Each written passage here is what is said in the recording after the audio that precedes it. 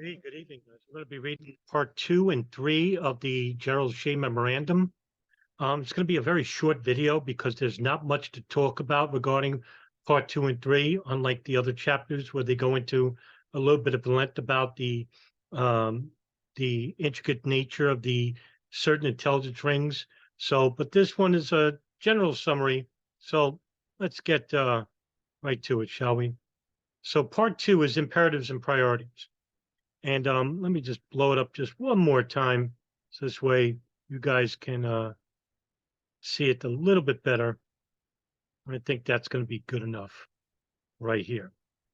So it need hardly be observed that the demands of justice and national security and the rights of the victims and their survivors require that our first imperative as a nation be to find and bring to justice Osama bin Laden and his coadjutors, which are meaning assistants, as well as other members of Al-Qaeda and all others who bear responsibility for the horrendous loss of life on that terrible September day. In general, yes. I mean, that's what all reports are basically generally about. This is an investigation into a crime. It's suspected that bin Laden and Al-Qaeda is behind it. Well, the only way we can get to the heart of the matter is by bringing bin Laden and Al-Qaeda to justice, but instead we kill bin Laden, we capture Khalid Sheikh Mohammed and Ramzi bin al-Shibh, and what do? We torture these people. Now, because even if they're guilty, we can't take it into effect because they'll say anything, even false things, to stop the torture from happening. And I wonder if the CIA did this on purpose, because what we have now is just basically questions without answers. It's easy to sit here and say that Khalid Sheikh Mohammed, Ramzi bin al-Shibh, or Tawfiq bin Attash, known as Khalid, or Mustafa al-Hawsawi, or Ammar al-Baluchi, the 5 men who are being tried for operating the September 11 attacks. We could say that they're guilty, but are they really? Even if they said that they are guilty, well, they got tortured. Of course, they're going to say anything. But also, what if they're saying the truth? That yes, we were behind 9/11. Well, how can we believe it if they were tortured? So, in other words, we don't have a decision to make. There is no yes and no definitive. There is no definitive answer to that question. And I think the reason why they torture these people is so that we'll never know what is true and what is not. Because the people who have the evidence or don't are not showing it because there is no trial.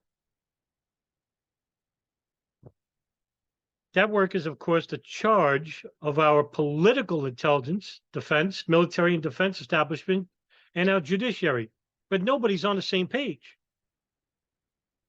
You have members of the intelligence community, like the FBI, who are basically saying that they had no idea about 2 Al-Qaeda operatives inside the United States because the CIA kept it from them. You have certain defense officials that basically don't know what's going on behind the scenes at the intelligence community because they're not sharing all their information either. So nobody has all the information. There's a little bit of some with each agency.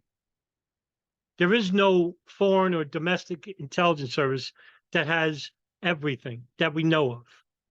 Now, if you asked me, if you pressured me to say, which agency do you think has the most information, if not all, if there's no such thing as having all the information? Well, it would be the intelligence community. It would be the Israeli Mossad operatives or intelligence operatives that were involved in this report that were monitoring the 9/11 hijackers and their associates in this country. It would be the Saudi agents working on behalf of the CIA out west through the Canestrello document. They would have information. The NSA heard the phone calls of bin Laden and Al-Qaeda during the mid-90s, and also the Al-Qaeda communications hub in Yemen. So if you pooled all that information, there's 9/11. Question is, why didn't they share this information? Also, this could be a much more nefarious turn. What if the Israelis or the Saudis or the NSA, CIA, or all of them knew about the 9/11 attacks before they happened? That very well could be the case. Would we know it through the phone calls at the NSA? Well, I had an idea to pressure a FOIA request regarding the phone calls that were listened to Bin Laden's satellite phone, and we're going on past 25 years now, that the NSA were heard. What about the Yemen hub? The NSA were listening to the phone calls of that house 5 years prior to 9/11, from 1996 to 2001. The Israeli Mossad operatives, what did they glean off their operation as art students were moving in the moving front companies? We'll never know because we deported all these people. That's why this report is so important, but nobody's talking about it. Just like nobody's talking about the Canistrell document. So some credit belongs to the gray zone, Russia Today. There's a young kid that I met through email. I knew who he was, Joshua Schoenfeld, who actually wrote an article based on the Canistrell document to Covert Action Magazine. Well, at least somebody covered it, right? The commission's task is a collateral and subordinate one to investigate the circumstances surrounding and our preparedness for the September 11 attacks in the hope that we could prevent one from ever happening again. Well, we could have prevented this from happening if everybody was on the same page and acted honestly and openly with one another. This is the charge of the committees as well. This memorandum, therefore, while it naturally stresses for the benefit of the commission and the committees, the present issues relating to surveillance and disclosure before and at about the time of the attacks should not be mistaken as any effort to place the blame for the cause of our suffering on anyone but Al Qaeda and its members, or to weaken the resolve of our country in finding, capturing, punishing those who have brought such misery to many of us. That's a great meander right there by Gerald Shea. An important one, too. Don't rush to conclusions. In other words, don't blame Israel for 9/11 because the orchestrating and planning are to those Al Qaeda operatives so far that we know of. Suspected of, anyway. So, in other words, don't be in a rush to judgment. We have far too many people in the 9/11 truth movement that do want to do that. They want to blame Israel. They want to blame Muslims. They want to blame the Bush administration. Or, we don't know nothing. Okay? Not even me. All right? I'm a nobody. All right? We don't know nothing. We can only go by what these reports like this tell us. And it's not like this is speculation. This is coming from information that was gleaned from arrest reports and the DEA report. And let's get back to that, the DEA report, part 3. In June 2001, the Office of Security of the Drug Enforcement Administration, the DEA, issued a log report, the DEA report, describing in precise detail the attempts of approximately 125 or more nationals of a foreign country, most posing as art students, to penetrate several DEA field offices in the continental United States. And if you haven't seen the other videos where I do a reading of the certain programs that were going on, go to those. Many of these individuals also visited the residences of numerous DEA officials and other agencies, facilities, and their residences of their employees. That means they went to their houses. What better way to get information, private information, that you won't hear at the workplace and at somebody's house? The DEA report states that these incidents have occurred since at least the beginning of 2000 and have continued to the present. They were ongoing activities in the summer of 2001. A copy of the DEA report is attached as Exhibit A. So, what this report and those parts I was reading to you are basically telling the reader that don't go rush to judgment and don't put blame on anybody else just yet, besides the perpetrators, suspected anyway.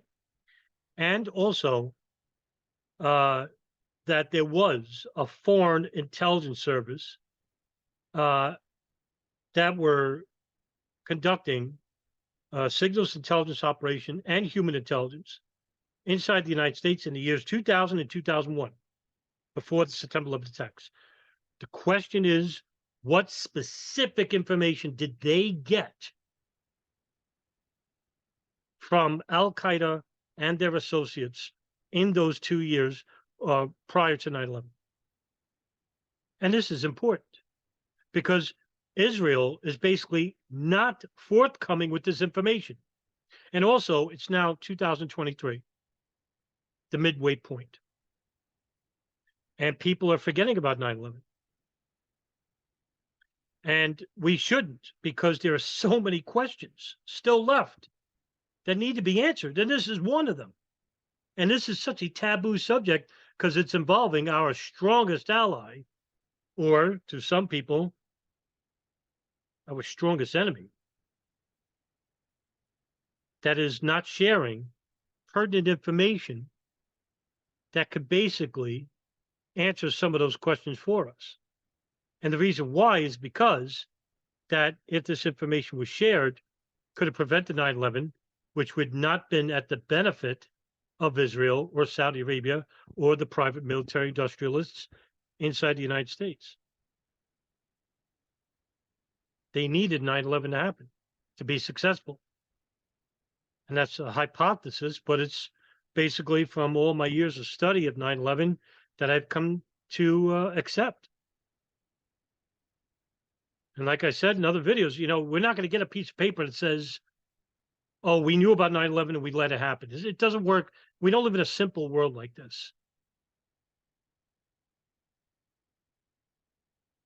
And, when people read this report, they're basically going to say, well, how is this an ally to the United States if they were running a covert operation without the knowledge of the United States?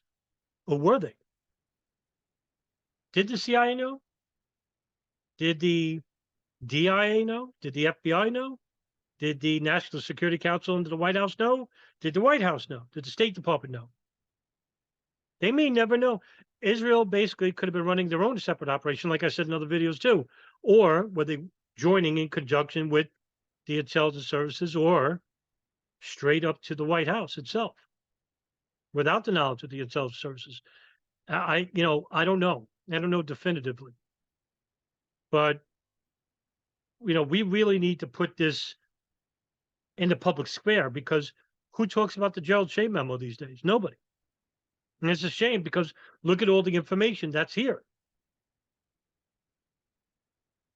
We got to start asking the right questions, because far too long we've been asking the wrong ones.